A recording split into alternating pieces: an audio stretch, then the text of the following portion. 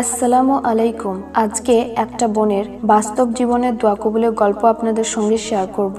তিনি যা লিখেছেন হুবহু সেটা পড়েই আমি আপনাদেরকে শোনাচ্ছি। তার আগে বলে দিই, আমি একটা সেকেন্ড চ্যানেল খুলেছি। আমার চ্যানেলের নাম হচ্ছে ফারিদাস ওয়ার্ল্ড 2.0। তো আপনারা প্লিজ আমার ওই চ্যানেলটিকেও সাবস্ক্রাইব করবেন। আপনি ডেসক্রিপশন বক্সে লিঙ্ক পেয়ে যাবেন, বা আপনি ফারিদাস ওয়ার্ল্ড 2.0 লিখে সার্চ করলেও চ্যানেলটি পেয়ে যাবেন। তো ওই বোনটি লিখেছেন, দোয়া কবুল। দীর্ঘদিন পর এমন অবস্থা যে আমার আল্লাহ ছাড়া আর উপায় ছিল না। রাস্তা বন্ধ যাকে বলে, সে অসম্ভব সম্ভব হয়েছে। আমিন আলহামদুলিল্লাহ। উনি যা যা আমল করেছেন। উনি লিখেছেন, আমি তাহাজ্জুদ পড়ি প্রতিদিন। আজান ইকামতের মধ্যবর্তী সময় দোয়া করি। সালাতুল হাজাত প্রতি মাগরিব নামাজের পর দোয়া। বৃষ্টির সময় দোয়া। ইস্তেগফার 5000 থেকে 10,000 বার।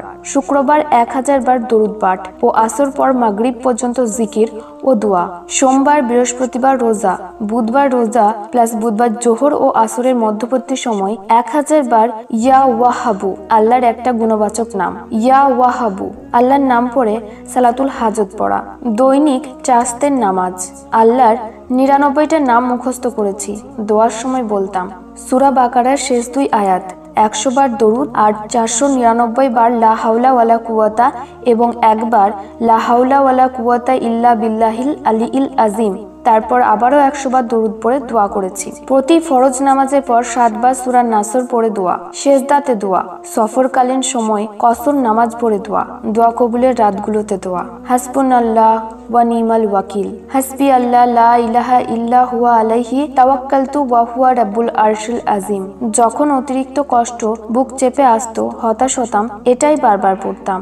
দোয়া করতাম ইসমে আজম ও নানা অনেক দোয়া পড়ে। বেশি বলতাম, আল্লাহ হযরত মুসা আলাইহিস সালামকে যেভাবে পথ দেখিয়েছিলে আমাকেও দেখাও। আমি সবাইকে মাফ করে কেবলমাত্র নিজেই গুনাহগার এটা ভেবে আল্লাহ সিজদা করি। মানুষকে খাওয়ানো, দান সদকা, পাখি পশুকে খাওয়ানো, এসব দিয়ে আল্লাহর সন্তুষ্টি চাই। আর আল্লাহকে বলতাম, তুমি যা নির্ধারণ করেছো আমি তাতে রাজি, তবে তুমি চাইতে বলেছো, আমি মৃত্যু আগে পর্যন্ত চাইবো। তোমার কাছে নিয়ে যাওয়ার মতো আমার আমল নেই, তবু আমি যেমনই হয় তোমারই বান্দা। যেটুকু ইবাদত করতে পারছি আমার সিজদা একমাত্র তোমার জন্য। আর যাই হোক আল্লাহ, আমি তোমার মোহাব্বত চাই, তোমাকে চাই, আর আমাকে ছেড়ে তুমি যাবে না। তাহাজ্জুদে একরকম আমি কথা বলি আল্লাহর সাথে। আমার ইবাদতের নেশা হয়ে গেছে। আমল করতে ভালো লাগে। আগে মানুষের কথায় কষ্ট পেতাম, এখন মাফ করা শিখে মন হালকা রাখতে শিখেছি। আর নিজের ক্ষমা চাইতেও কুণ্ঠিত বোধ করি না।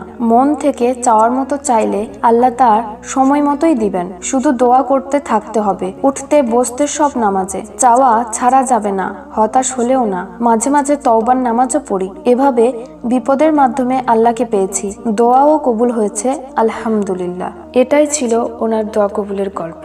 আজকে এই পর্যন্তই। দেখা হবে পরবর্তী ভিডিওতে।